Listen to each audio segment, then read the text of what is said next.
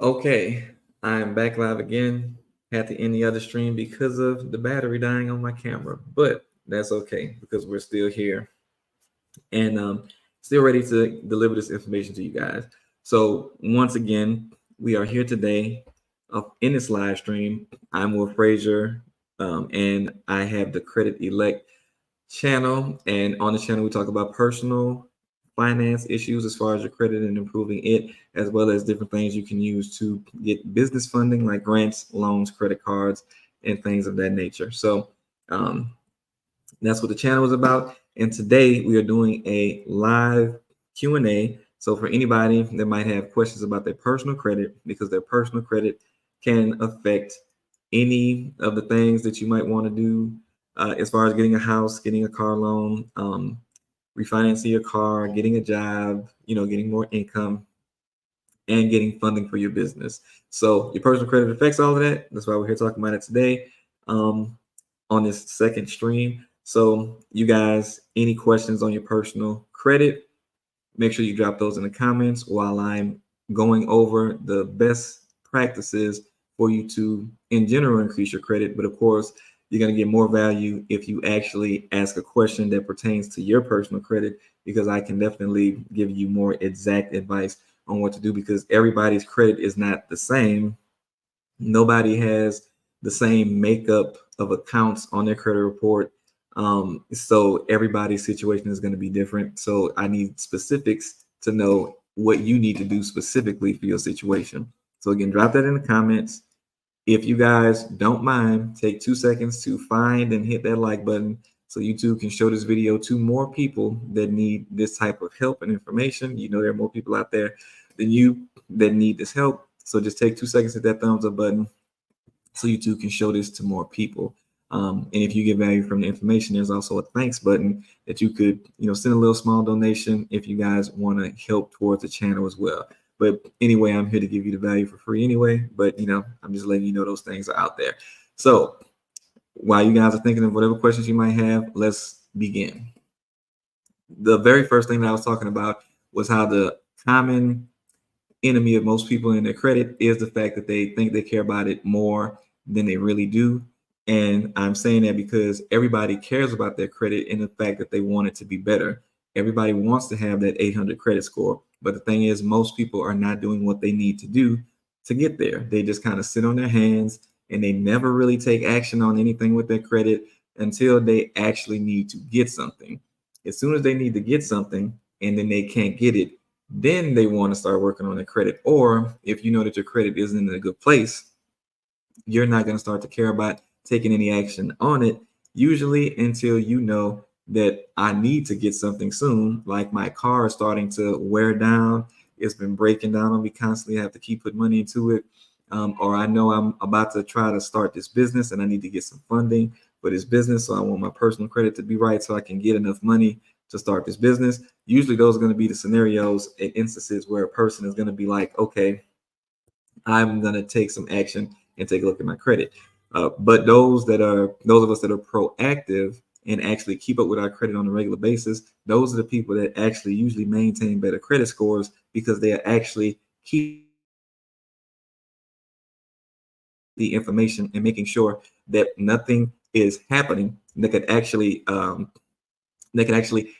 hurt them before it's time. So they're keeping things clean before it's time so that whenever they want to go get something, or, let's say their car dies on them all of a sudden, they don't have to wonder if they can go ahead and get another car. They can just go ahead and do it. So you can do yourself a favor by keeping up with your credit on a consistent basis, on a monthly basis, and getting a new credit report every month. That's going to be the best thing that you can do to make sure that you see the most success with your credit and keep it clean and keep it good and not have any worries.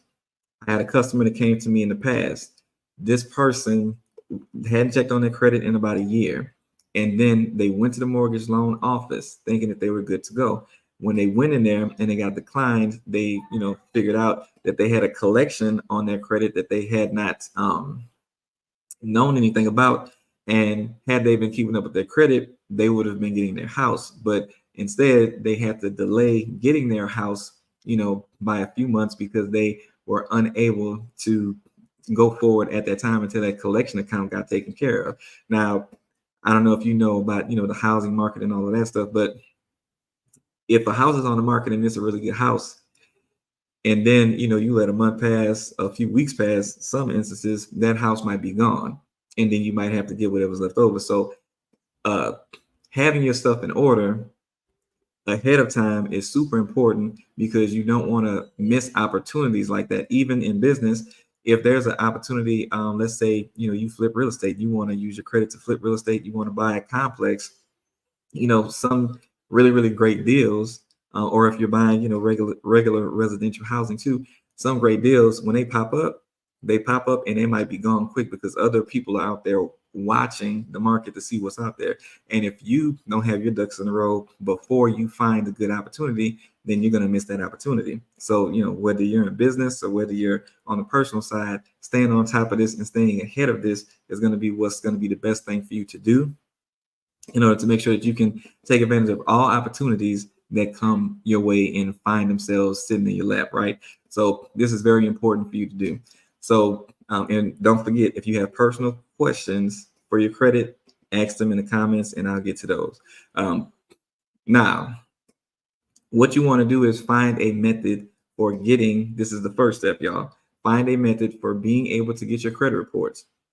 Finding a method that's going to give you your credit reports for on a monthly basis, because basically a lot of reports out there, they might only give you a report once a year. They might give you a report once a quarter, or something like that. Those aren't going to be the best options for you because anything can happen between those time frames on a monthly basis, and then you would not know.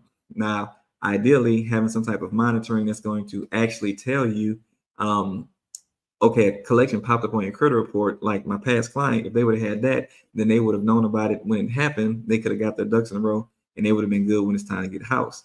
So you want to have something that can send you notifications to let you know that that something happened on your credit, an inquiry, a collection, a late payment reported. Because sometimes I've had people too that keep their payments on auto pay for all of their payments. And then somehow, some way, the auto payment doesn't come through and they didn't know about it because they were just expecting it to happen on a recurring basis because they know the money should be there. But then because the auto payment did not go through, now they have a late payment on their credit report and they don't even realize it until the late payment is there and the damage is done. And late payments can damage you by a lot. Like they can really damage you by a lot. So you don't want that to happen to you and then find out about it on the latter end. And again, if you guys are getting value with this so far, make sure you hit the thumbs up button so YouTube can show this to more people that need this information. All right.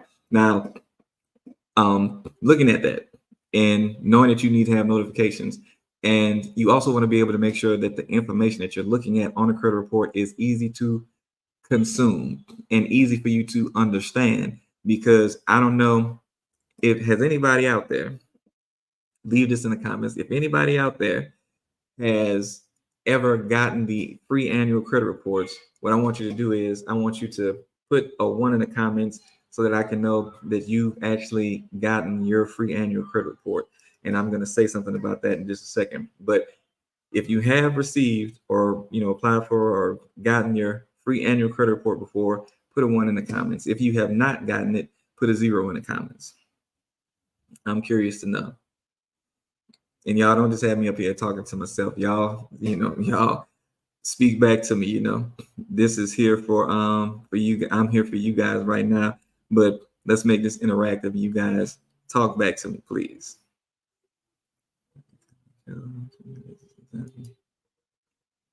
Oh, wrong button there. But okay, I don't see anything in the comments right now. But if you have not seen your annual credit report before, I'm going to go ahead and show you. Okay, so I see somebody there. Thank you, General. You have not, hopefully I said your name right. You have not got your annual credit report before. I'm going to show y'all an example of what the annual credit reports look like. And when I tell you, I would have, when I used to do consultations for people's credit, what would happen is they would want to send me their free annual report, right? And when I received those, there are 3 credit bureaus. Very important that you look at all 3. That's also important. So while there are 3 credit bureaus, a person sent me 1 credit bureau. That 1 credit bureau was like 100 pages, 100 pages. And let me show y'all the detail. Now it does have a lot of detail, which can be used. Some of the information on it can be useful, but in most cases, you don't need all of the information. You don't need some of all of that information. So when I'm about to show y'all right now, and on this vertical screen, because this is like a new thing YouTube has going on with the vertical live stream. I don't know if y'all gonna be able to see it or not. So y'all gonna really have to let me know if y'all can see what's on the screen. Okay. So I'm about to share my screen with y'all so that y'all can see this free annual report and see what it looks like. Now, first and foremost, I need y'all to tell me, can y'all like clearly see this on the screen, or is it too small? Just tell me, is it clear or can you not see it before I proceed? But I want you guys, I hope you guys can see it so you can get an idea of what I'm talking about here. So if you can see it clearly, let me know it's clear. If you can't see it at all, let me know you can't see it and we can move on. We can move on past this part right here. But just let me know something, y'all. I'm trying to make sure y'all can see this. But the while y'all are typing that, the general thing that I'm trying to get you to see here is how cumbersome these free annual reports can be. They're free and you can get them, and you can, if you want to do the free way, this is the best free way that you can really go as far as free. But I'm gonna just scroll down here and hopefully you guys can see it. Okay, it's not clear. Thank you, Virginia, for that. Now I just zoomed in some, but a part of me is thinking that it still might not be clear enough. But if you cannot see it, then it's okay. I'm just gonna explain and scroll through here. But there's a lot of data, like this first little section right here. If you can see it, then great. If not, then I'm sorry. But this first little section here is just public records, right? That's going to be used to be tax liens and stuff, but now it would just be like a judgment, or I'm not sorry, not a judgment, a bankruptcy would be in this area. So it would have a good bit of detail. Can read a little. Okay, so I just expanded it to like 200%. But if I make it too big, then you won't be able to see the whole report. So I'm gonna kind of try to leave it right here. I'm sorry, this is just because it's the vertical live stream, but it's okay. We're gonna go through it. My point here is, you can see this is a regular account right here. Hopefully, you can somewhat see, but this is a regular account. Now, there's a lot of data that can be on here. Now, this isn't showing as much data as it can be, but usually like one of these pages, like a full page, might be half of one account. And this is one credit bureau, right? So a whole page might be dedicated to half of the information on one of your accounts. Now, imagine if you have 5 credit cards, you have your car loan, you have maybe 3 personal loans, then you have a whole bunch of medical collections on your credit. Each of these is an individual account. You can see how it can become very, very long. And as mentioned, and it'll show 5 years of payment history on here as well. Like I said, it has a lot of information that can be useful, but for most people and what they're trying to do, it can be a little bit of information overload, right? So you would have to dig through that. And like I said, the last person that sent me one, it was like 100 pages for one of their bureaus. Their other bureau was like, I think TransUnion was like 80 pages. That's a lot of information to go through while you're also trying to understand what's on the report. And then, for most people, I find that they say that it's not the easiest to understand what it's really saying, right? So because of that, it can make things very, very challenging to see everything that's going on with your credit, to understand everything that's going on with your credit, and then take action. Because wherever there's confusion, there is no action. I know that for sure. Whenever people can't understand what their next step is or even what they're working on, more than likely you're going to want to give up and you're not going to want to deal with it, especially with something like credit, which can be very confusing because there's usually a lot of contradicting information out there in regards to what you should do with your credit, what you shouldn't do, and then you're trying to figure out the credit reports. It can all be very much so an issue. So I wanted to give you guys an example of something else as well, and hopefully this will be a lot clearer. But I wanted you guys to see an example of the credit reports that I would always use my customers that I have and even use it for myself because it is a lot clearer, easier to read. And I know on this vertical screen, it's a little bit harder for you guys to see, but this is credit reports from My Score IQ, which is a service, a credit monitoring service that I would use, like I said, to look at people's credit reports. Now, I'm gonna try to zoom in on this, but basically you can see that this is one account, right? This is one account. You can see all three bureaus side by side, right? And you can see all of the details of that account. And you would see, now I have this expanded, but you would see multiples of these for on one page. So instead of half of an account being on one page with the annual credit reports, you can see your whole account on all three bureaus side by side with all of the details that you need to see. And as you can see, even if you can't see it clearly, then you can kind of get the gist of how easier this is to comprehend versus the annual reports. And then on Credit Karma, the problem with trying to work with your credit using Credit Karma is basically they don't give you the account numbers. To dispute something, you have to have the account numbers. They also only show you Experian.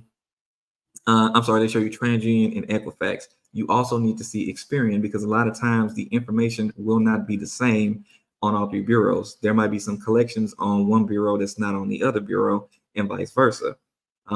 Whenever you're trying to apply for a house, they're going to check all three of your bureaus. So you need to know what's on all three so you can make sure all three are clean when you apply for the mortgage.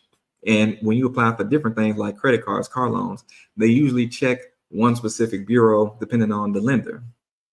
If you don't have, if you haven't looked at your Experian because you're only using Credit Karma, then you won't know what's on there. You can think you're good because of TransUnion and Equifax, and then go get denied because the lender that could have gave you an approval checks Experian and you didn't do anything to help clean up Experian. So this is why you have to look at and work with all three. I see some questions coming in. How do you help get credit? 41, recently separated, going through divorce, and I'm looking to build my credit. Let me just show it. Looking to build my credit. I hear so many credit gurus tell you to do this and that, and I'm always confused. Yeah, it's always conflicting. Unfortunately, it's always conflicting information out there. You really have to find a person that you trust, and hopefully you trust me enough to listen to what I'm saying to you here today. But like I said, I'm here just to give you guys the free information on what you need to do. But if y'all want to donate, on the super thanks, y'all can go ahead and hit that too. But really, seriously though, I'm going to give you I'm going to give you the information that you need to see some positive direction. All right. Thank you, General. You could see that. So I'm glad that you guys can see that. But I thought stuff clear off after 7 years. Okay. So here's the thing about that 7-year thing. And you guys, any questions you have, again, make sure that you drop those questions in the comments so I can answer. So the information on your credit report that's supposed to drop off after 7 years is actually like 6 years and 9 months. It's only for negative information. So positive information will not just be removed off your credit, and you don't want it to. Some people be trying to get old stuff removed that's positive. You want old stuff that's good to stay.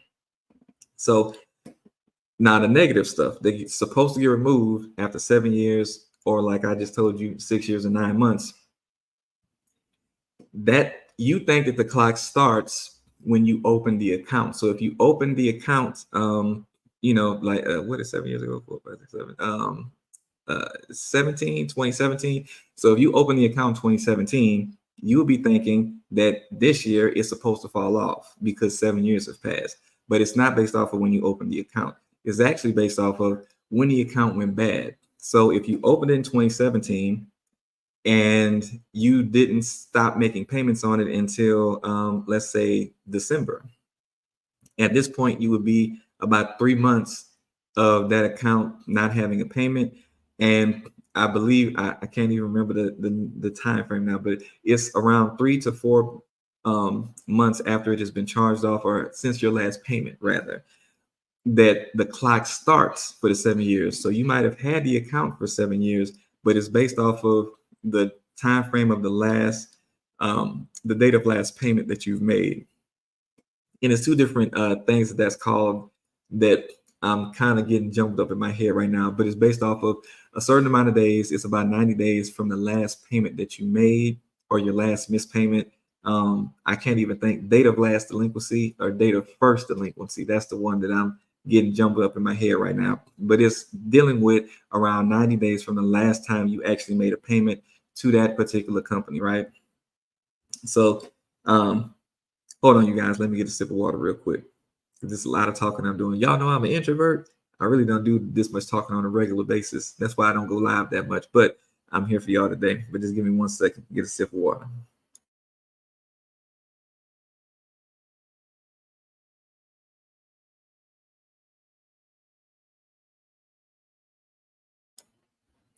Okay, I'm back. Sorry about that. Um, Let me see here. Okay, so and like I was saying, that's what happens with the 7 years. So and usually, even if the regular time frame that is supposed to fall off has passed, a lot of times I see that those items would still be on a person's credit report, right? So they'll still be on a person's credit report, and then they would still end up having to like send a dispute or something like that to try to get the item removed because it's still on there after the time frame. But you just need to know the time frame so that you're not sitting there thinking, okay, this item is about to fall off, and you're not touching your credit, and you're thinking it's going to fall off before you need to do that thing you need to do. No, you need to go ahead and take whatever action you need to take so that you can make sure that you are good with your personal credit. So take that action. Don't wait for the items to fall off unless it truly is. And that date of first delinquency is something you can get from the free annual reports, but you can also see it on the My Score IQ reports because there's an actual item. I know you can't see it on the screen right here. There's one of those last two line items or rows on this person's account right here. It says date last active, which is going to be about that same time as your date of first delinquency or date of last delinquency, whichever one it is. Do you do consultations? I'm looking to get utilization and credit cards. I currently do not use any credit at this time. Okay. I'm going to say Takara. If I'm wrong, please correct me, but hopefully that's it. But I don't do consultations anymore. But as far as building credit and utilization, I'm going to cover that in just a moment. So I just give me a second and I'll be talking about that. Now, again, the first step though, you guys, if you need to actually get your credit reports. You need to keep up with them on a monthly basis.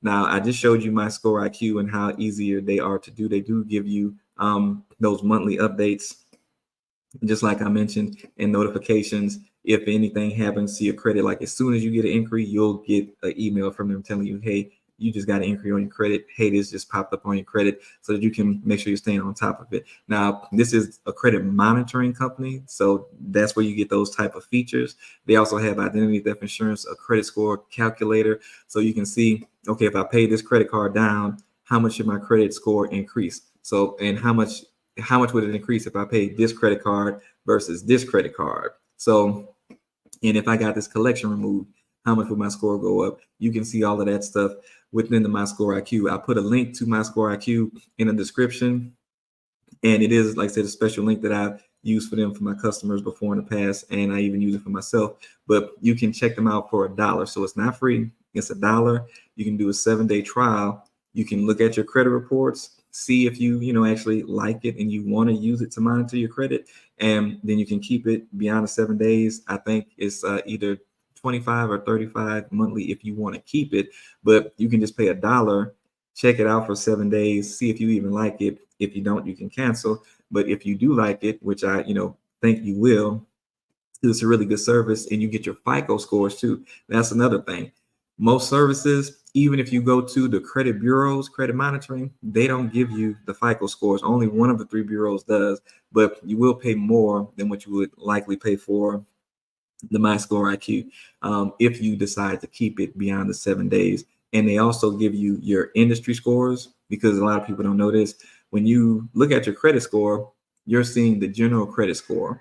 But when you go and apply for like a car, they have a alteration that they do to your credit score to either move it up or down based off your past car history.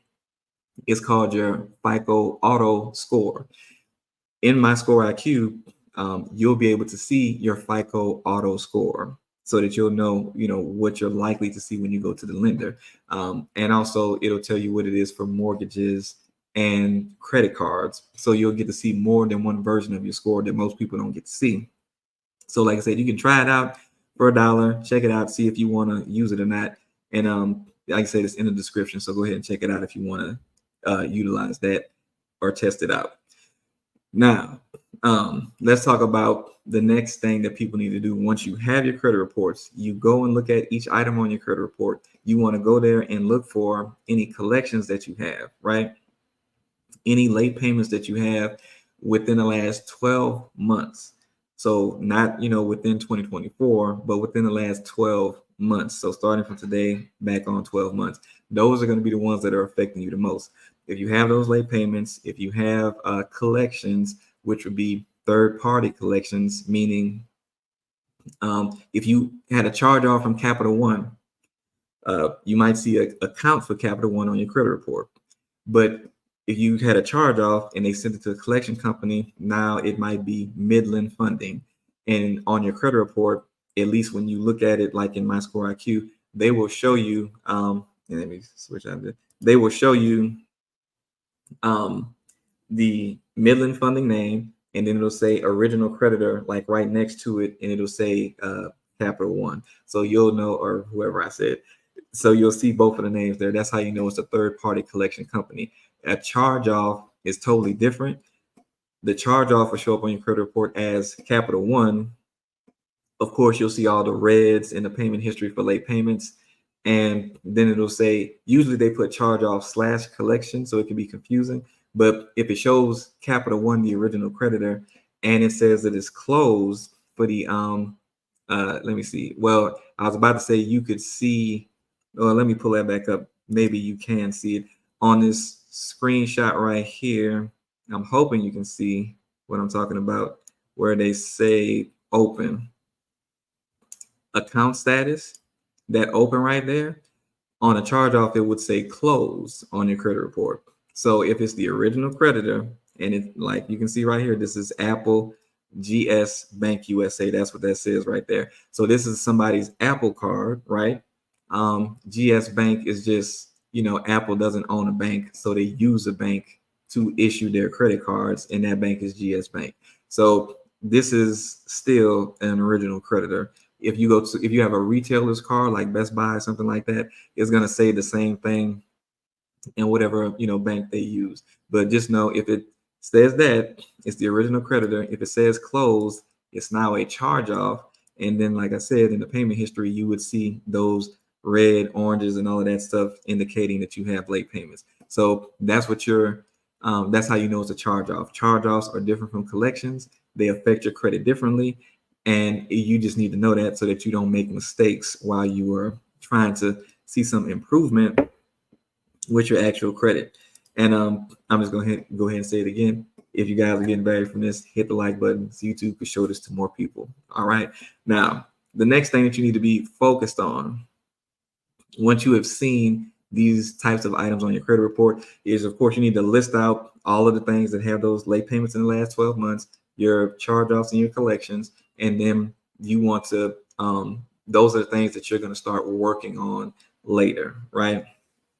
Those are things that you want to try to dispute.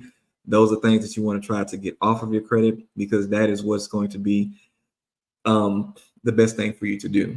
I know a lot of you may think that that's just hard or impossible to do. It's not. It has nothing to do with if the account is yours, which is what most people think. What am I? I'm missing one. What are they? Oh, there's FACTA, there's TILA. So there's a bunch of different laws out there that say different reasons that you can dispute. When you go online to dispute online, like to the bureau site to dispute, or through Credit Karma to dispute, they only give you like maybe 5 to 10 options. Somebody correct me if I'm wrong. If you've ever tried to dispute something, don't they only give you like 5 to 10 options to select? One of them being this account isn't mine, like something like that. And I'm bringing this up to you because all of those laws have a bunch of different reasons that you can use to dispute something. And all of those reasons have nothing to do with if the account is yours or not.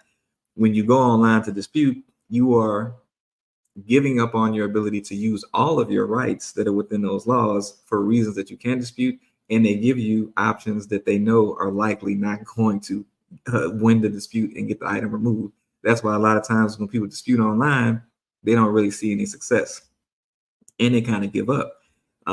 But I just want you guys to know that it's really not that you have more options than that, and they know what they're doing. They don't want you to take anything off your credit. The bureaus make money each time you dispute. So the more disputing you're doing, the more money they're making, because the creditors that are reporting to them, they have to pay money when they're actually filing those disputes and responding to your disputes. So the bureaus make money, the longer your dispute process is. So they are incentivized for not necessarily helping you in your process and in your journey to try to get things removed from your credit. But like I said, there's a whole bunch of different reasons why things can get removed from your credit. But with those items that are affecting your credit, that's what you're going to do. But we need to talk about something else that you need to do even before you get to that step. And before you even get to that step, and again, if you have any questions about your personal situation and your personal credit, feel free to drop them in the questions, or just general credit questions. What was I about to say? Okay, so building credit. You can get every negative thing removed from your credit and still not have a good credit score if you have done nothing to build credit. If you have never had, because I think somebody said that they don't even use credit. I think I saw somebody say that. But okay, I can't remember who said that. But if you have never used credit, then you won't have a credit score. If you have never used credit and you have negative items on your credit report, you can have a credit score generated, and it can be negative if you're looking at Credit Karma. But when you go to the lender, you're not going to have a score. Anyway, if you have damage done to your credit score, you need to build credit as well as getting the negative items removed. I see a lot of people think that they can just ignore the late payments, collections, and charge-offs on their credit and just go get a credit card and then pay on that, and they think that their credit is going to be better while ignoring the negative damage that has already been done. And credit doesn't work like that. The simplest way I can describe it is that it's like a balance, right? If you have 5, 10 negative accounts on your credit, and I'm raising my hands and y'all can't even see my hands on the little screen right there. But anyway, if you have like 5, 10 negative accounts and you get like one credit card or 2 credit cards, that's not really gonna do anything to help you in your credit increasing. It's the equivalent to, let's say you're trying to run a race, right? And you have a parachute on, like, attached to you, and you're running with the parachute. The parachute is going to slow you down no matter how fast you're running. Building the credit is like you getting that running start and trying to make progress, but all those negative accounts are going to weigh you down just like that parachute would. So you're not going to see, if you would have seen, an 80-point gain from getting a credit card, you might see 15 points or 20 points because that negative stuff is still there holding your score back. So you can't ignore that stuff. You can't just get a credit card and think it's going to be fixed. And if you went to the car dealership and they told you, just go ahead and get this car. I know your interest rate is super high because of your credit, but just get the car now. And after you get the car and you make like 6 payments, or you pay on it for a year, just come back and, or refinance the car, or just come back and we'll get you another car because your credit will be better. It's not going to happen. It doesn't work like that. Unless you don't have anything negative on your credit, it's not going to work like that. They just tell you that because it sounds good and it's going to make you get the car right then. They get the commission, and then, hopefully your credit is better when you come back and they can get another sale. But at the end of the day, if you're doing anything to build credit and you have the negative stuff there and you have done nothing with it, you are still going to be suffering from bad credit. So you have to deal with that negative stuff. But anyway, if you do need to start building credit, you need to get some accounts that you can get approved for to start building credit. That's usually the hardest thing because, you don't have a high credit score. So you're going to get denied for most things that you applied for. Somebody, if you've tried to build credit and you have not been able to get approved for credit because of, your credit score, you want to build credit, but you have to have credit to build credit. If you've been in that situation, put a 1 in the comments so I can see how many of you guys have actually experienced that I'm talking about. You're trying to build a credit, but you can't build a credit because you don't have the credit. And it's like, okay, what am I supposed to do now? It's kind of like you want to be a manager, but they don't want to hire you to be a manager if you don't got manager experience. How you gonna get the manager experience if you can't get a job as a manager? Like, it's like a no way to break through type cycle. You know what I'm saying? But if you have been through that before, it's simple as far as the solution for that. Most of you are probably going to, your local bank or your current bank that you already use, or your local credit union that you already use. You're probably trying to go to somebody you already use, or you're applying at these big, large banks. The big, large banks are not going to approve you. I used to work at Wells Fargo, right? That's one of the biggest banks here. And I would see people get denied for secured credit cards where they're putting up their own money. And even one time, a guy, he had like a lot of money in his account and he still got denied for a secured credit card. And the reason being is because the big banks, they don't like taking risks. And if you don't have a pretty decent credit score, they're not really trying to take a whole bunch of risk on you. So, that's why you can still get denied for something like that. But what you would want to do is you want to try a lot of these, I'm just going to say alternative type lenders. And I'm saying alternative because they're alternatives to your bank. It does pay to have a relationship with your bank, and that can help get you approved in, some situations where you might not have had you not had a relationship with the bank, like a bank account and savings and all of that stuff. But you're going to find more increased approval going to these different places, right? Now, I do have a few of them listed in the description. I have about 3 listed in the description. Now, most people that are trying to build credit, they want to go get a credit card that's going to give them a certain, high limit. And their thought is, hey, I need to build credit. Let me go get this credit card. Now, underneath their desire to build their credit to increase their credit score, a lot of times they really just want to get a credit card that they can go spend some more money. And now we're not just talking about your credit being bad. Now we're talking about you going into debt because you're spending money frivolously on stuff just because you got approved for $500, $1,000, $2,000, right? It's not what you want to do because you're already in trouble. You don't want to get in more debt, which is going to be another trouble because that's another payment that you got to make on top of the bad credit. So what you want to look at here is there are some alternative accounts out there that are unsecured credit cards. You can go spend anywhere, but there are some that also help you build credit by you making payments on regular things you would normally pay, or they give you a credit limit that will be reported to your credit report, and you can only use it on certain things that they allow you to use it on. Like maybe it's a purchasing site and then they give you credit, something like that. But there's one in particular, Stellarfi. I have them down in the description. They're like a bill pay credit card. They can approve you for up to $25,000. And look, the high credit limit is going to help your credit score because the higher your limit, the easier it is to keep your utilization very, very low. The lower your utilization percentage, the better your credit is going to be. And the higher your credit limits on accounts that you have, the higher credit limits you'll get from other creditors once your credit gets good. So like with Stellarfi, like I said, it's up to $25,000, but it's for paying your bills, right? So they're going to report something on your credit that with a high limit, and then you'll get the ability to only pay like certain bills that you have from that card. So they make it that way so that you can pay stuff that won't get you in debt, stuff you already have to pay, and you can have a high credit limit reported, and it can help you build your credit without sending you into debt. Also, Kickoff, I have them in the description. They have one, you're guaranteed to get $750 limit. You can only use it for things that they have on their site, which are going to be financial education tools, which is something that you might need anyway. whether you have your money in line or not, it will never hurt you to gain more financial knowledge and information. So something like that from Kickoff is good too.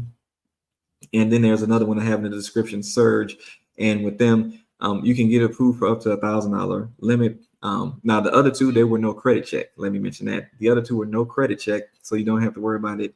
Them trying to check your credit to see if you get approved. So that's a good thing. But with Surge, they will.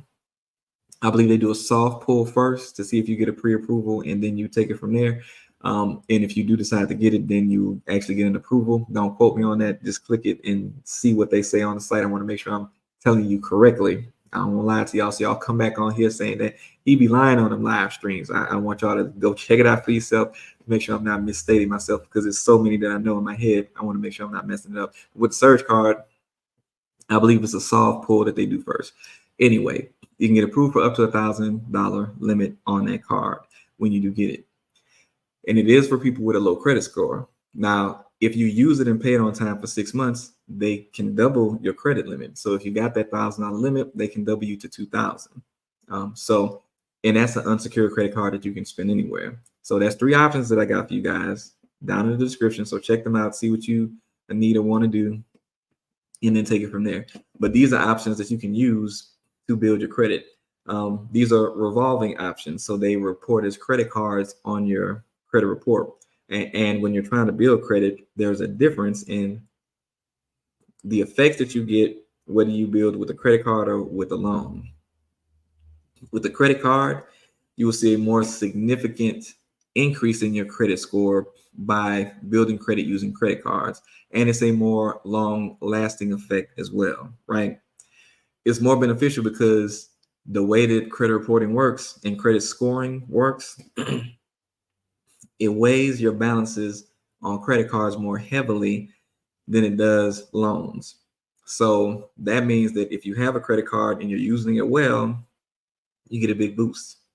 If you have a credit card and you're using it poorly, maxing it out, using more than 30% of the credit limit, that's that utilization, then they're going to lower your score more. So just getting something like this, keeping the utilization low, will give you the biggest boost.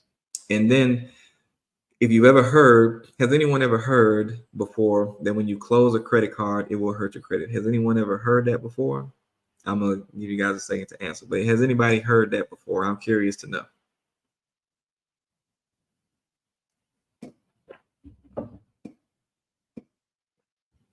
Has anybody ever heard that closing a credit card will hurt your credit score?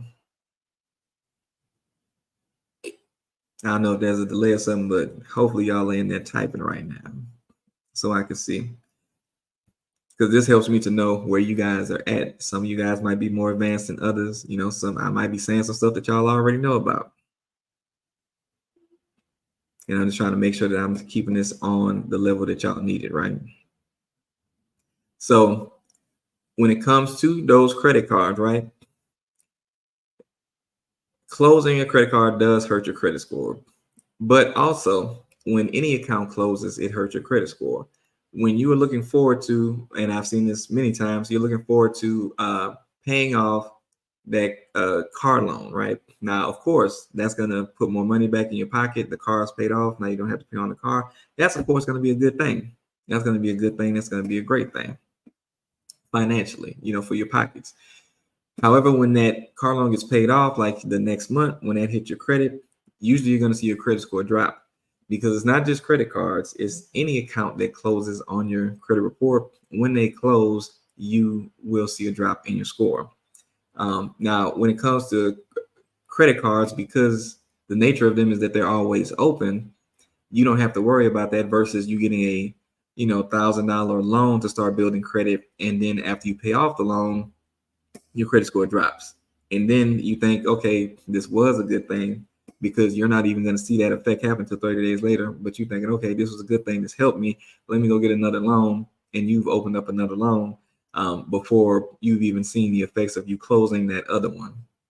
So it's not good to keep doing that over and over with the loans. It's better to just get a credit card, keep it open, and use it to build your credit.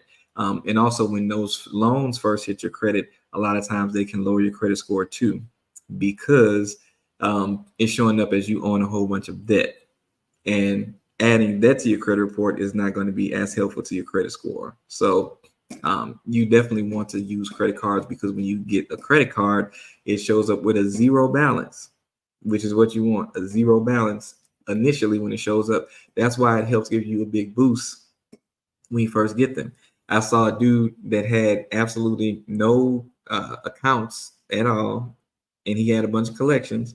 When I started working on his credit, when he finally got the credit card, it actually jumped up about 90 points. So his score jumped up, and it was like a $300 credit card, but his score jumped up 90 points because he had no credit. He had not been building credit, and because he started with a credit card as I advised him to do. So all of that helped him to benefit greatly, right? So that's what you want to do in regards to building credit. You want to build with credit cards. You want to keep the utilization low, ideally under 30%, ideally under 10%, but at the most, you don't want to go past 30% of the credit limit. So again, that's your balance compared to your credit limit, and that's where you get your utilization percentage, and you just want to keep that at the very least under 30%. Try to shoot for 10%. All right. So also, anybody have any credit related questions that they want to ask? Because again, this is a live Q&A, so I'm trying to give you guys answers to these questions that y'all might have. So go ahead and make sure y'all drop those questions in the comments so I can answer those questions for you. And again, if you guys are enjoying this video, make sure you hit the thumbs up so you too can show this to more people. But yeah, building credit, those are the things that you want to focus on, right? Get credit cards. And at this point, you've gotten the credit card, and should you work on disputing things first, or should you work on building your credit first? You should work on building your credit first, because you can find the accounts that you need. You can apply for them, get approved. It's going to take 30, maybe at most 60 days for it to actually hit your credit report. So because of that, what you want to do is start working on disputing things that you need to dispute on your credit right after you've gotten approved for your credit cards, because you know that that's coming and on the way. You have to wait for it to arrive, or for you to get access to it to start using it. So now it's time, while you're waiting on that, to go ahead and start working on disputing your credit, so that you're not wasting time. You want to do actions in a way that you're not going to waste time, because a lot of times you guys might be in situations where you need to you're coming to the end of your lease, and you're trying to get a house, or you might need to move to a new neighborhood. You got to get your credit straight before that time. Or maybe, like I said, you're working on your car's wearing down. You need to, do something quickly. So you don't want to waste any time with what you're doing with your credit. If this has been helpful so far, please let me know in the comments as well. Just tell me if this has been helpful so far. If you're hearing new information, if you've already heard this information before, let me know. But hopefully I'll give you guys some new information that's actually helpful. And in a second, we're going to talk about what you need to do in regards to what you need to look at in regards to those items that were on your credit report that you need to dispute. But are you guys getting value from this so far? Please let me know.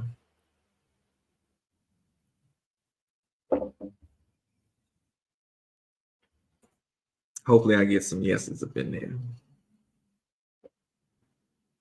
But okay. When it comes down to what you need to do next, the accounts that are on your credit report that you've written out, right?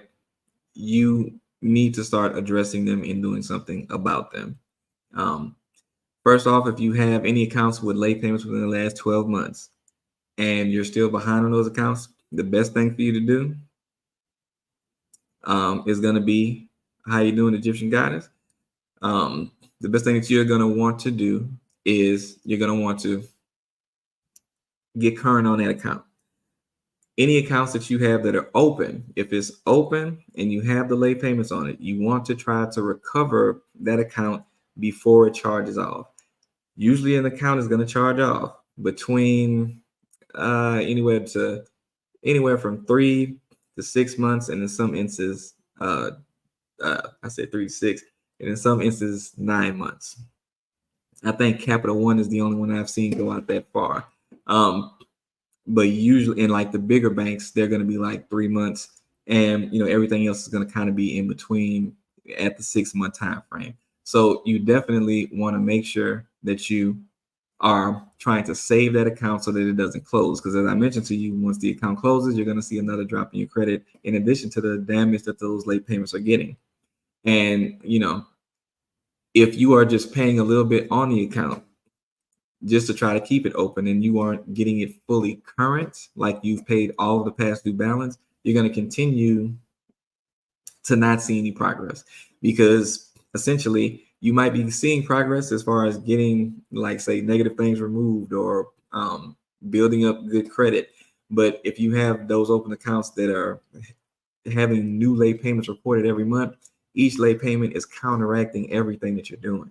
So it's going to start to not be beneficial, because you're making progress here, but you're losing ground here with these late payments constantly hitting your credit report. So that's why, as soon as you can, you need to try to get current.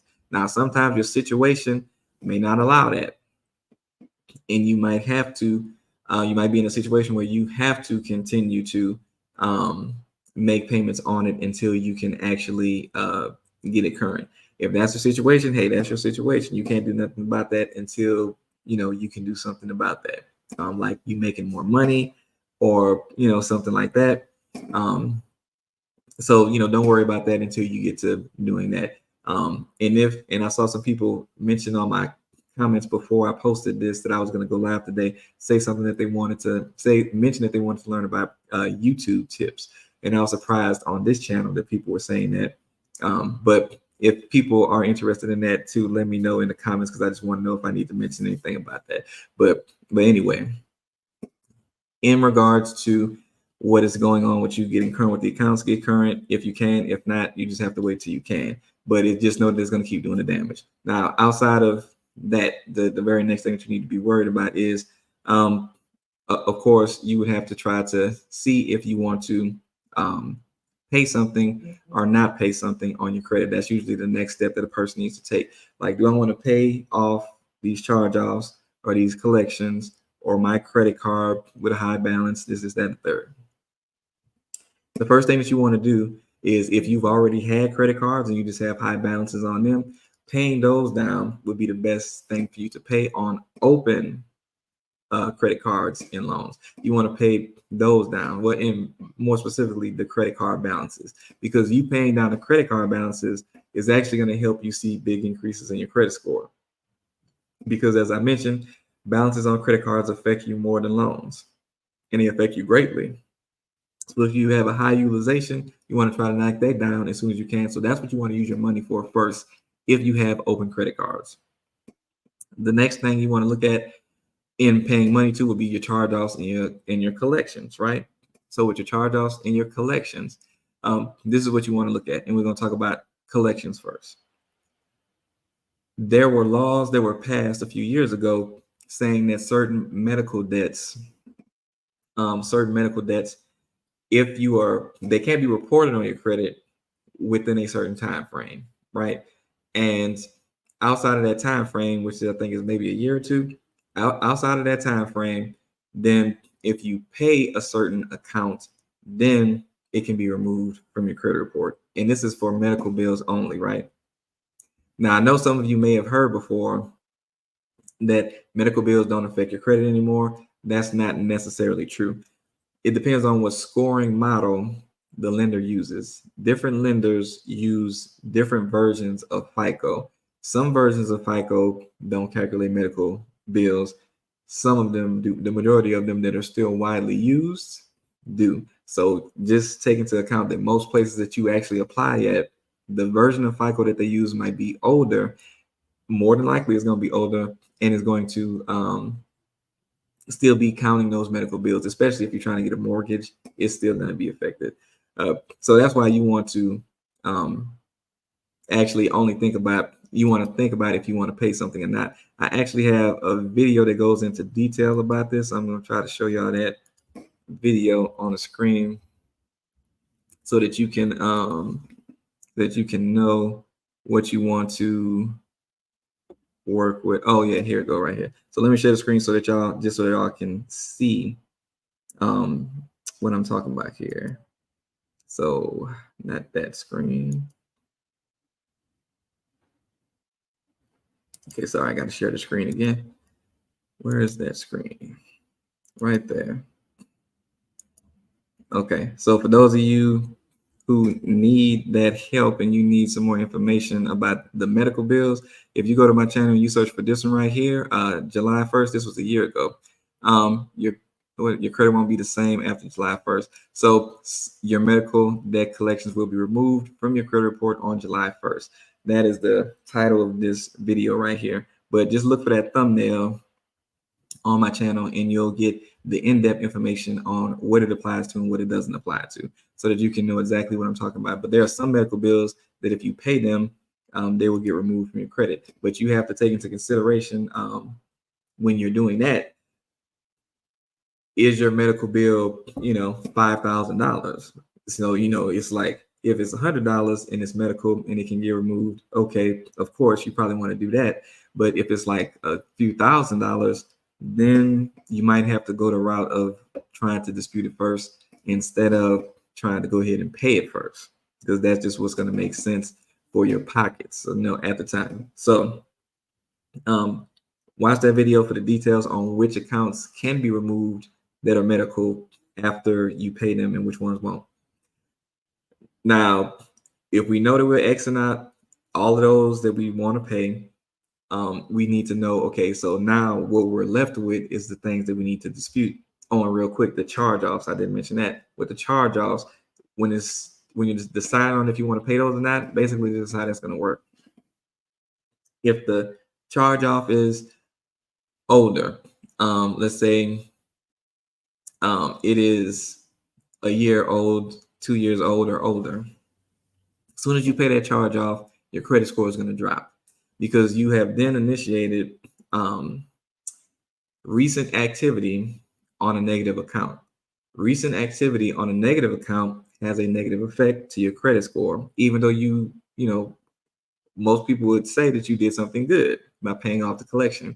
It's still going to make your score drop because of how the credit score algorithm, calculates that stuff. I know it doesn't make sense, but that's just how it works.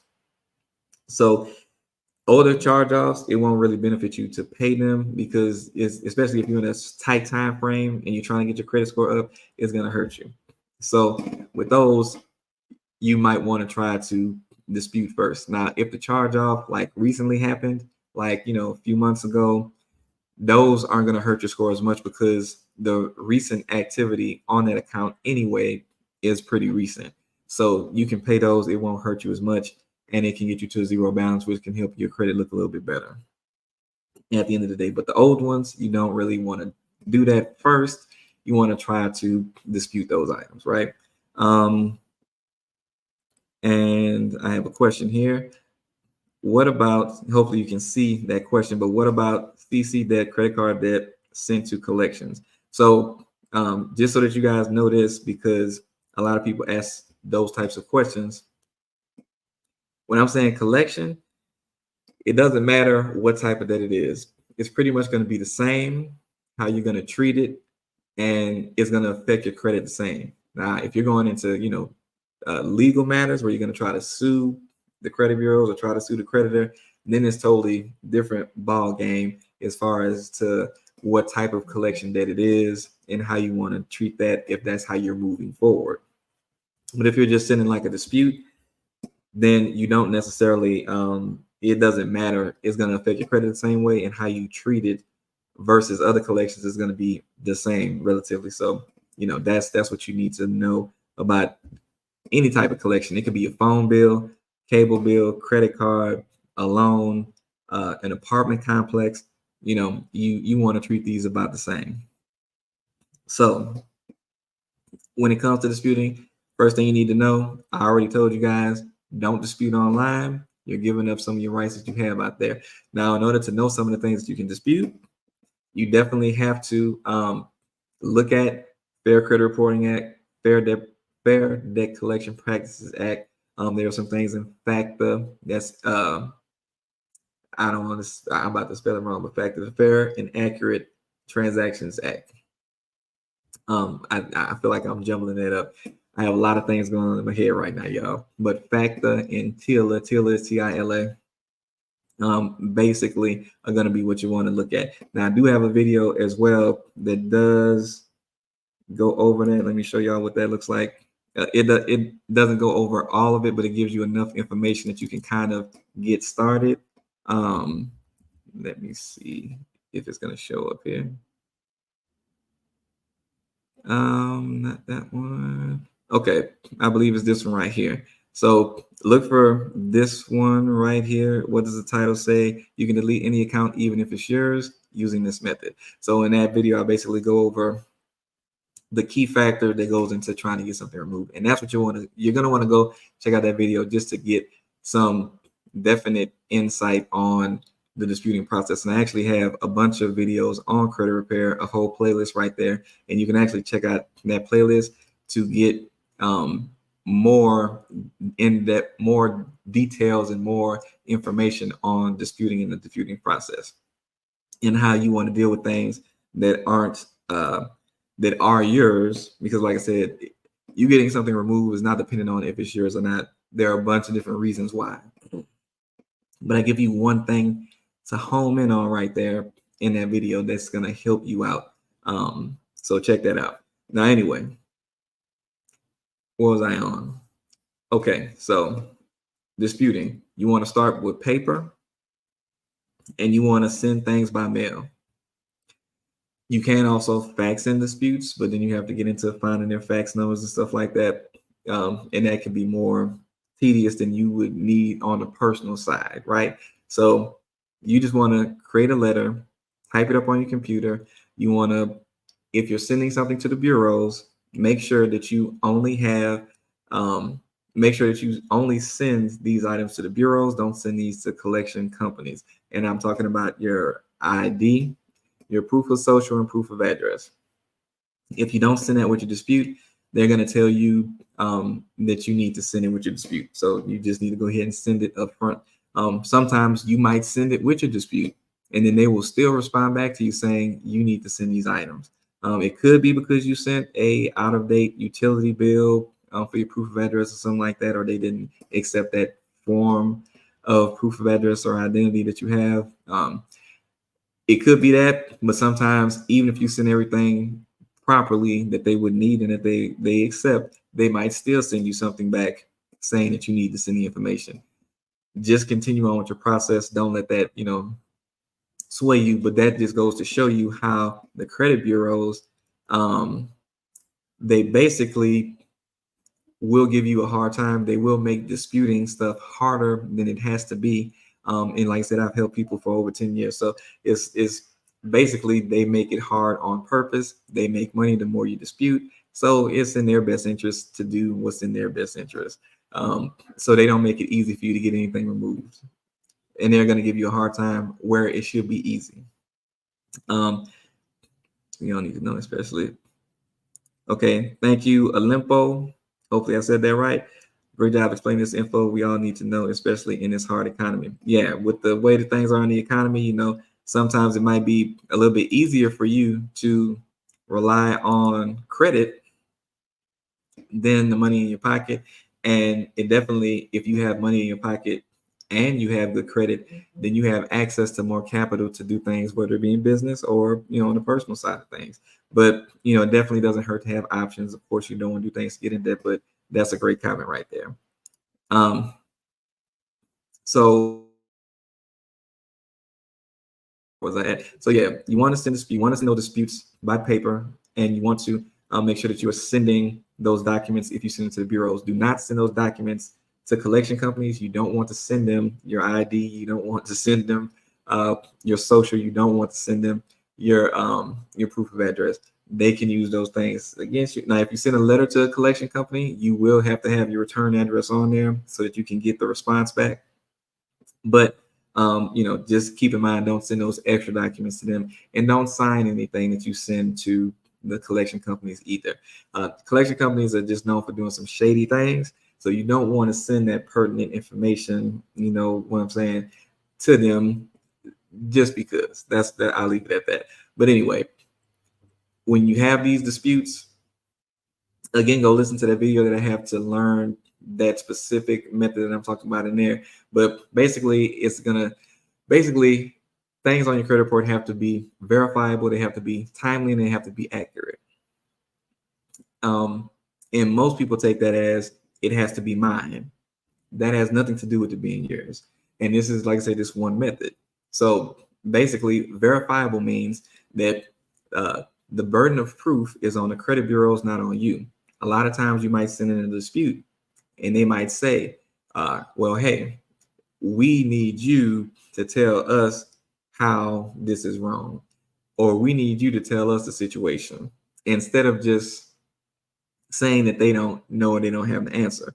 And they do that because they're relying on you to come and send them the thing that they need to then be able to come back and say, okay, yeah, you just showed us, you just gave us the proof to know why we need to keep this on your credit report. Because usually what you're going to send in is not going to be anything that helps your case. It's usually going to be something that hurts you in your attempts to try to get the thing removed.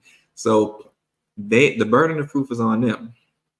What you need to do is make sure that while this burden of proof is on them, that you are asking them to show proof that the items on your credit report are accurate and that they have verified that they are accurate with the original creditor, the collection company, whoever it is. So in doing that, you just wait for their response, see what they say, of course. But again, remember that their goal is to make it hard for you to get items removed. So they're not necessarily just going to always be compliant and make this easy for you. So just keep that in mind. Can't stress that enough. But that's kind of the gist of what you're looking at when it comes to verifiable. They have to be able to verify that it's accurate. If they can't verify that it's accurate, then they're supposed to delete it. And like I said, it has to be verifiable. It has to be accurate. Accurate doesn't mean that it's yours. Accurate means that each piece of information on it is correct. Your date of date open, your payment history, your account status, what am I trying to say? The payment status, or the payment status, the account status, all of those things are different things that all have to have accurate information. And when you go to my Score IQ, as I try to show you guys, you can see that they list the accounts side by side on each bureau. You can see where one might have this date, the other one might have this date. You can easily find stuff like that just by looking at those reports side by side like that, which is why I prefer that versus like the free annual reports. Again, you guys that came in later, you might want to check the beginning of this video. I talked about the best credit reports that you can try to get information, because those free annual credit reports can be long and cumbersome. But I have a link to my Score IQ in the description. It's $1. You can try it for 7 days, see if you like it, or at least get the information on your credit report that you need to dispute, and then take it from there. But anyway, you definitely want to look at each piece of information, see the inconsistencies, and use that as reasons for dispute, because that stuff is supposed to be accurate and timely. The timely part of that just deals with it being within the 7 year time frame. So those are three things that one of the laws say that each account on your credit report has to be verifiable, accurate, and timely. So that's like three major things that you can use while you're going throughout the dispute process, right? So definitely check those things out. And I do have a course that I have on this, teaching you guys how to kind of go in depth on the methods. If you guys want it, I can put it in the comments after I get done with this video. But basically, that's going to be one of the best things that you can do if you want some more in-depth information. But right now, I'm giving you, as much as I can, and I'm going to have to, see if you guys have any questions too, because I haven't seen any new questions come in. But do any of you guys have any questions on any of the things that I've shared, or any personal credit questions, or situations that you want to mention that we can cover? And answering your questions that you might be scared to ask might actually help somebody else that is, scared to ask the question. So don't be afraid to, I don't want y'all putting all y'all personal business out there. So don't be doing that. But, just want to make sure I can get you guys some clear answers that are going to be helpful to you that you can use going forward. And also, if this has been helpful to you guys, would you guys want me to do something like this on a weekly basis? Would you guys like to see me do this on a weekly basis? If so, let me know in the comments, where I kind of, answer you, come live around this time and answer you guys credit questions that you might have. Let me know down in the comments. Okay, I got one. Yes, okay. What money management software do you recommend for personal finance? As far as money management, I would say there are a bunch of different tools out there. Ones that I've used would be Mint, M-I-N-T. Mint. I don't know if it has another word behind the word Mint, but Mint has they have a suite of different softwares. One of them is for personal finance. Like you can log into your accounts where you pay bills. Like if you have a Capital One credit card and car loan, you can log into your account in Mint, and then it can tell you when your bill is coming up, and you can keep up with your bills and manage your personal finances that way in your accounts. And that's one way. I know Dave Ramsey, I don't agree with his credit advice, just so you know. It's probably not the first time you've heard that, but I don't agree with his credit advice. But his financial money management advice, I do agree with that. And he has an app. I can't remember what the name of it is, but that personal finance app is definitely a good one that you can use. I can't think of a third one right now, but those two would be the best ones that I would say that you can use off the top of my head. But that's a great question. What other questions do you guys have out there? What other questions do you guys have? Yes, thank you, Jerry. Every dollar, that's it. Every dollar. Thank you for that. I don't know why I couldn't think of that. But yeah, Every Dollar is the one from Dave Ramsey. And like I said, it's a pretty good app. It's a pretty good app. And also business after that. Okay, so business finance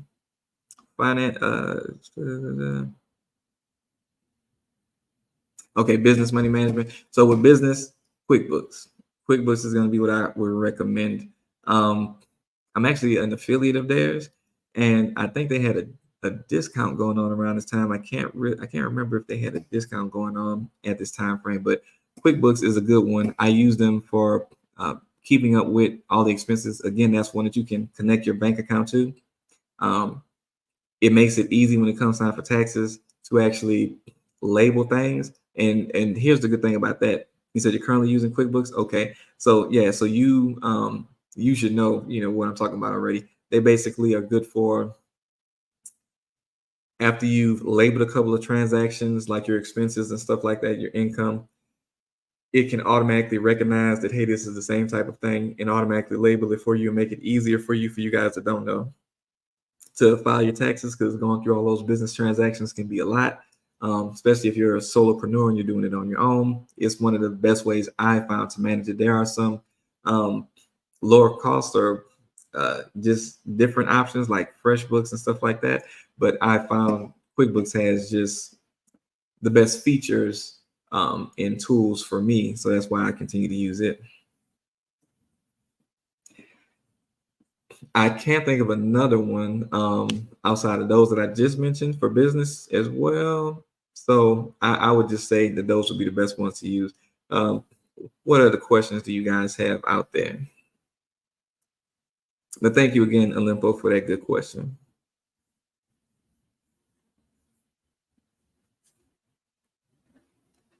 And while I'm waiting for you guys' questions to come in, again, in the description, you can go ahead and check out the tools for checking out your personal credit, seeing what's going on with it so that you can be ready for getting business financing through your personal credit. You do want to build up business credit as well, but also keep in mind that you can, instead of doing those vendor accounts, it's a lot of ways you can shortcut building your business credit by using your personal credit. I know everybody, talks about the not having a personal guarantee. Um, and personal guarantee is not always going to be attached to you using your personal credit to get approved, but basically you can take some shortcuts by using your personal credit to build your business credit, just like if a cosigner helped you if you had bad credit. What basic steps would you take to build business credit with poor personal credit? Okay, with poor personal credit, you probably want to go ahead and get started with building up a plethora of vendor accounts. And this is something that I actually recently started helping just a handful of people with. I'm not taking on a bunch of people with that because I'm trying to get a full system down for making sure that I'm helping people as efficiently and as fast as I possibly can. But basically, I go in and do the steps after getting some information from you. I go in and do the steps and apply for the accounts that you would need to start building up that list of vendor accounts, net 30 accounts that that you would use. And I'm just telling you these steps because these are things you can do. I'm just telling you that this is what I'm doing on it, and if I'm helping somebody with it. But basically, you want to get those vendor accounts, apply for them. Some of them, they have a few things that they want to see on the application to make sure that you are to approve you and approve you for certain amounts sometimes. But basically, you can do that to get started, build some payment history. But ultimately, if you're trying to do things like get to the point where you can get a car with your business credit or something like that, well, it's so easy to build up a business credit score from those little 30-day net 30 accounts that when you come to get a car, they're not crazy. Just because you got a whole bunch of stuff that you didn't, bought something for $100 and paid it back, they're not going to give you a car on business credit when they look at your history and see that that's all you've done. You have to have accounts showing that you have had larger amounts of money given to you, and that you've paid those larger amounts of money back on time before they even think about trying to give you a car. And you do have to have a certain number of trade lines built up as well. Hopefully that gives you some extra insight on how you want to get started if you don't have the best personal credit to start building up your business credit to do some of those bigger things. Okay. Virginia says, how will kickoff and self-lender affect your score if buying a home? So no problem, Isaac. So Virginia, basically it's going to affect you in this way. When you're trying to get a home, they're going to look at your credit score and they're going to look at your reports because they're going to be trying to see what's actually on your reports. With kickoff, it's going to show, like I said, a 750 credit limit, like the one I have in the description. It's going to have like a 750 credit limit.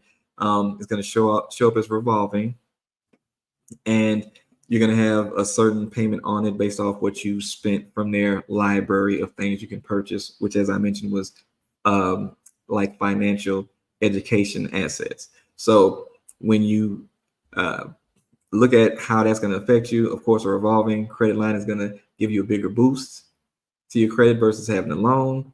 Self-lender is a loan. They do have a credit card. I don't know if they still have the credit card, but they have a credit card, or they had a credit card, but usually people use self for the loan portion of that. And a loan, as soon as you get it, is going to drag down your score. When you're close to paying it off, it's going to help you more, but not as much as a credit card. And then as soon as you pay it off, then your score is going to drop. So, depending on what you have from self, that's how it can affect you. If you have the self credit card, it's going to affect you like the kickoff credit card would. Now, the other thing is going to be your debt to income ratio. And also, I used to be a realtor, so I, work with mortgage lenders. I know what they are looking for and looking at as well. But your debt to income ratio is going to be affected by any debt payments that you have open on your credit report. So, of course, your payment is going to show up for what you need to pay to self and for kickoff. And, with some as small as those are going to be, it might be $20, $30, something like that. So usually it's not going to be a significant way down on your DTI. Your DTI determines how much money they're going to give you for the house. And it can also get you denied if you have too high of a DTI.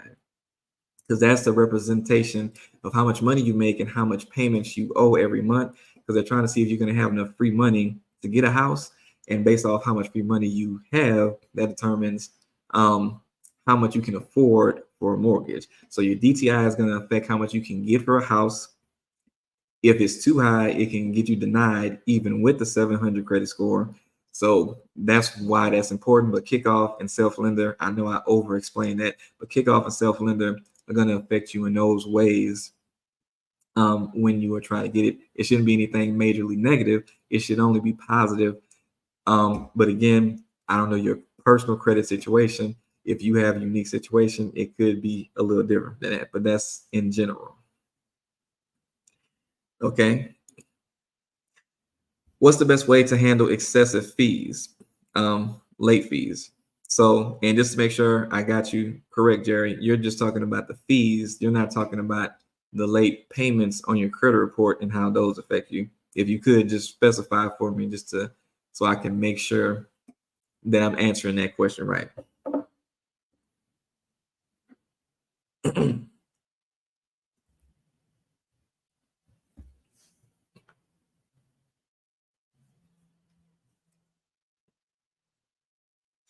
But I will say this while I'm waiting on your on that clarity from you. As far as excessive late fees, a lot of times when you call a lender, if you call them, they might not be willing to like remove a late payment if you call them over the phone. But a lot of times if you have a situation going on, they might be willing to remove those late fees, especially if you've had both. Okay. Especially if you've had, certain circumstances going on to cause you to have those late payments. They might be understanding and removing the late fees, but as far as the late payments, they're not actually going to remove those over the phone. When you call on the phone asking about a removal of a late payment or something like that, they're gonna almost all of them are gonna tell you this, no matter who you call, who your lender is, who your creditor is, they're going to say, we have to report accurate information on your credit report. So we're not going to remove the late payment because we have to remain within federal regulations or something like that. First off, they don't have to report anything to your credit. Nobody is sitting up there with a gun to their head telling them that they have to report anything. So that's like pretty crazy for them to say that, but it's to cover their butts and to give you a very good reason as to why they're not going to do it. That sounds like it's off of them, right? But basically, they don't have to report anything. They report by choice. They pay money every month to be able to report to the bureaus. So if they wanted to, they could remove it, but they're not going to remove it that way. But when you are, if you do have a bunch of late payments, like I said, the best thing to do if the account is open is to get current as soon as you can so that the account does not close and you do not continue to get those late payments. When most people cannot do anything about it, it's usually an income issue. You need more income in order to increase, in order to be able to pay more of your bills. So, it's either cutting expenses somewhere or it's increasing your income. Those are the only ways you're going to get more money to pay on the bills that you need. So that's something that you want to think about in regards to the late payments and what you can do about those. But they will affect you greatly if you don't do anything about them. So you have to do something about them. Okay. Is Chapter 7 BK disputable? Okay. Yes, it is disputable. Anything on your credit report is disputable.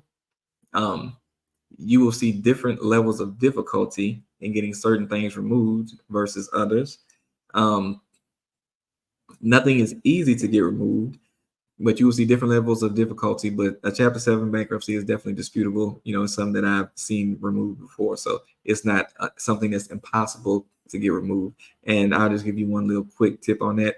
One thing that you might want to do, maybe you've heard of this, maybe you have not, you want to reach out to the bankruptcy office, right? And you want to write a letter to them asking them to write you back or to answer a question, like maybe checking the box on if they verify information with the credit bureaus, because they don't. Because when you dispute it, the bureaus are going to say they verified that it was accurate, even though they didn't verify anything. because the courts don't communicate with the bureaus like that. So send a letter to your office, the bankruptcy office, asking them, do they do that? Do they report to the bureaus, or do they respond to the bureau's request, and ask them to like check a box saying yes or no? You want to make it easy for them because they got a lot of other stuff to do. So the easier you make it for them, the better. And then you can ask them to, then you can include a return envelope with a stamp, right? And uh, they can put that back in that envelope and mail it back to you. And you can ask them to stamp, that response that they gave with their particular stamp, so that it's known that this actually came from the court, and they can send that back to you. And then you can use that while you're going along the process to say that, hey, you said you verified this, but they said that they do not communicate with you, so you're lying. So remove this, you get what I'm saying. But that is one additional method that you can use if you're trying to attack something like that. Like, everything is not going to be a silver bullet, even though they have people on the internet telling you about these silver bullets that's just going to automatically do all these things for you. Most of those people are lying to you.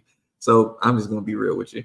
But that's just one tool that you can have in your arsenal to use while you're going through the process. How do you thicken your credit file? Currently have 2 credit cards. Okay, thank you, Virginia, for that question. To thicken your credit file, all you have to do is have, I would say, at least maybe 5 to 10 accounts that will help to thicken your credit file. But it's not just you having those accounts, having that many accounts, and this could be between, credit cards, loans, and car loans, stuff like that, mortgages. All of those things can add up to this. And some things could be stuff that you had in the past that you've used, because it's really about the number of accounts that you have and how long of a history do you have. So if you've only had, I saw a person go get a credit card, right? They went and got a credit card, and they ended up having a 700 score just from getting that credit card. They didn't have anything else negative on their credit. They had a 700 something credit score. They go to the mortgage lender, they get declined. Why? Because they only had one credit card, even though they had a 700 plus score, and it was only open for a few months. They're not crazy, y'all. They know that, okay, you getting a card to a month ago doesn't tell us if you about to pay this mortgage back. So you have to have like more than a year of history, ideally more than 2 years of history on multiple accounts, to make your file look more established and better. Now, there are some things that you can, take that type of 720 and go get something like a credit card or something like that. So there are some places that will approve you, because each lender has different requirements, right? They don't all have the same requirements for inquiries, or their tolerance for how many charge-offs and collections you can have. The bigger the bank, the more the requirements. The smaller the bank, the lower the requirements when you're applying. Just use that as a rule of thumb. But hopefully that kind of helps answer that question. In the process, getting a vehicle, how long wait before applying for a mortgage? Thank you. You're welcome, Virginia. Make sure that if you are about to get a mortgage soon, I would not get a car first. That car payment is going to kill your DTI. And that car payment is going to get you a lot less of a house than you would have been able to get if you got the house first and then got the car. So if you or within the next 6 months about to get a house, don't get the car before you get the house, unless you have to get the car, like to replace your car because you need to get one. Then as soon as you go to the closing table, then go get the car. So it doesn't mess up how much house you can get or knock you out of the race of even getting a house. Hopefully that answers. I know that's not your exact question, but hopefully that was a better answer for your question. Okay. Should you do a credit freeze before disputing things? Yes. Do a credit freeze. Can't even talk. Do a credit freeze before disputing things. The secondary credit bureaus, there are more than 52. I actually have a video about the secondary credit bureaus to give you some more information on them. It is on the channel as well. As a matter of fact, let me see if I can find that. so you can see what that look like. So it won't be so hard. Oh, yep, here it goes right here. So check this out. Check this out. Why it's not working? Okay. So this video right there at the top, the other 49 bureaus that got you denied. Go check out that video. It's a 2 years old video, but the information is still relevant on that. But you can learn about those other bureaus because you want to freeze the bureaus that have information for the type of account that you have before you dispute. That's what I'm gonna tell you about that. But make sure you check out that video, and you should definitely be able to see. You should get what I'm saying. Again, you guys, if you're getting value from this video, make sure you hit the thumbs up button so you too can show this to more people. And make sure you subscribe to the channel so you can get all of the information that I share like this all the time, as well as more stuff on the business funding side and all of that stuff. If you have a bad credit score, let me see. If you have a bad credit score, can improve it by being added to someone else who has a great credit score. I heard this. Yes, Olimpo, you can, but there's a caveat to that. So somebody that you know can add you to a credit card they have as an authorized user, and then it can be reported to your credit report, and it can help your credit score. Now, when you do that, you need to make sure that you have asked this person if they have been paying their payments on time, because if they have not, and they add you to that credit report and they have recent late payments, guess what? It's going to mess up your score now. Also, if they have a credit card and it is, over 50% of the credit limit, it's maxed out, it's going to tank your credit score. It's not going to help you. So you need to make sure that they have a low balance. You need to make sure that they have payments on time, and they need to call their credit card company to ask them if they report authorized users, because some credit card companies don't report authorized users to the bureau. So you would be added, but then that information would not actually be reported. So hopefully that helps. And thanks again for the great question, Olimpo. Okay. Anybody else have any questions? I'm going to wrap up in just a second, but if any of you guys have any more questions, please feel free to throw those in, because I would love to answer those. And again, if you're getting value, make sure you hit the thumbs up button so you too can show this to more people. I know y'all probably tired of me saying that, but hey, it helps because other people need this information too. You guys are here on a Monday learning about y'all credit, and I know there's some other people out there that need to know this stuff too. And I'm gonna throw this out there too. If you have collections and you pay them, like third-party collections, they don't have to remove them from your credit report, other than those medical ones that I told you about, and that you can go watch the video to learn the specific ones that can get removed if you pay them. Outside of those medical bills, they don't have to remove anything that you pay. There's no law saying they have to do that. A lot of people think that if they pay their collections that it will get removed, but they don't have to. 9 times out of 10, they're going to tell you no. There are a few collection companies that will, but most of them will not. Just letting you guys know that, so that you don't get confused by that and waste your money thinking that one thing's going to happen and it doesn't, right? Just want to let you guys know that. And also it can drop your credit score. So you can pay a collection and it can drop your credit score as well. So you don't want to do that. I had the customer they paid a $50 collection and they lost 50 points on their credit score, ironically or coincidentally. But yeah, it doesn't matter how much it is. If it's not going to get removed, it doesn't benefit you to pay it. I know it's the noble thing to do, but the way it affects your credit score is not positive. Okay, car engine went out. Okay, yeah. So Virginia, if you gotta get another car, you gotta get another car. There's nothing you can do about that. If you could bear with it, I would probably, if you're gonna have to keep this car for the long term, get what you need to get. But if this is something that you could possibly, maybe give to your daughter, your son, or somebody else later on, and like have them take over the note, like, if you have that situation available, then maybe get someone with like a small, payment or something like that.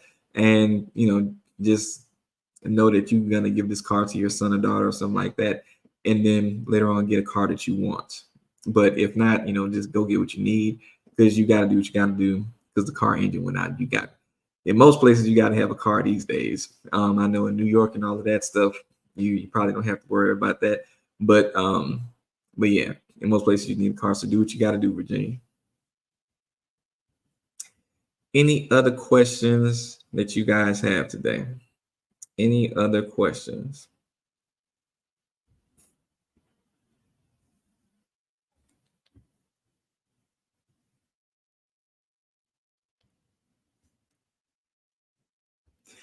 Oh, I'm in Alabama. So I'm in Alabama. As a matter of fact, where are you guys all located at? I'm wondering where you guys are at. I know you might be in different places, different parts of the world, but where are you guys located at?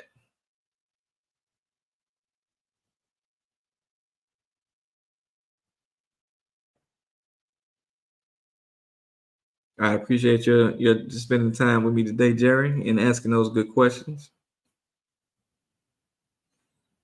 Okay, we got somebody in LA. Okay. I was actually born in Louisiana in New Orleans, so that LA always reminds me of that. But yeah, LA. Okay.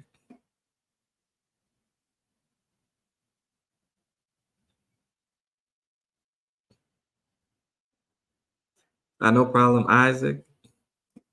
It's a pleasure to be there to answer these questions for you guys, because I know it's needed. NYC. Okay. I can't remember. I just heard something recently happened in NYC. I can't remember what it was. Um, but I remember hearing about something happening big in NYC. I can't think of what it is, but it's probably gonna come to me by the time I get off the stream. But it was something semi-major, but I can't remember. It's all right. Are you a Pelicans fan? They got a pretty good squad this year.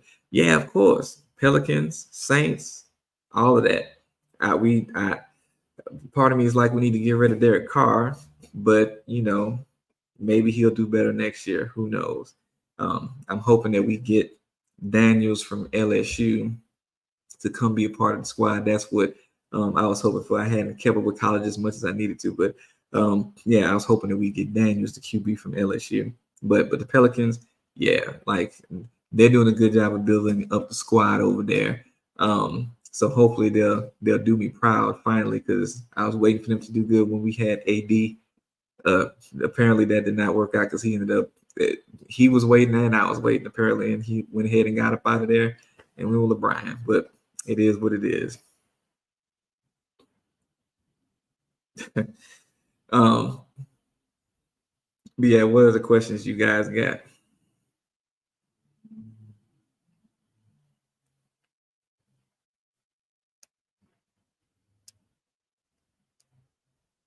Hopefully there aren't any Atlanta Hawks fans up in here right now.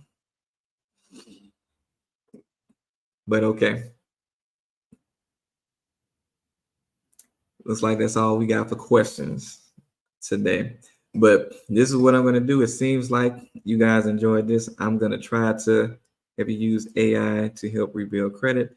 I think, well, I kind of have in my business, where I help people with credit. I've used some AI, and it can be helpful in some situations, but not in all situations. It's depending on how you use it. There's something called Metro 2 in the world of working on credit, and that's a more advanced way of dealing with some credit issues. But AI is beneficial when using that method. I'm in Indiana. I go to Alabama Gulf Shores for fishing. Oh, okay. Yeah, Gulf Shores. That's a really nice place. That's a really nice place. Um, and one of my fraternity brothers is actually from around Indiana. But yeah, good to see where you guys are from. Gotcha. Thank you, sir. But yeah, I'm gonna try to do this again next week and answer you guys questions. Like I said, I did a survey and people were asking. I asked if people wanted to know about YouTube tips in the midst of the credit stuff, and a lot of more people said they wanted to know about YouTube tips than the credit stuff. And I was about to do the YouTube stuff today, but I said no, I'm gonna just go with the personal credit, because this might be a little bit more needed. So I don't know if some of you guys actually were interested in that as well. I don't know if y'all saw that survey or not, but I might go live and do that as well.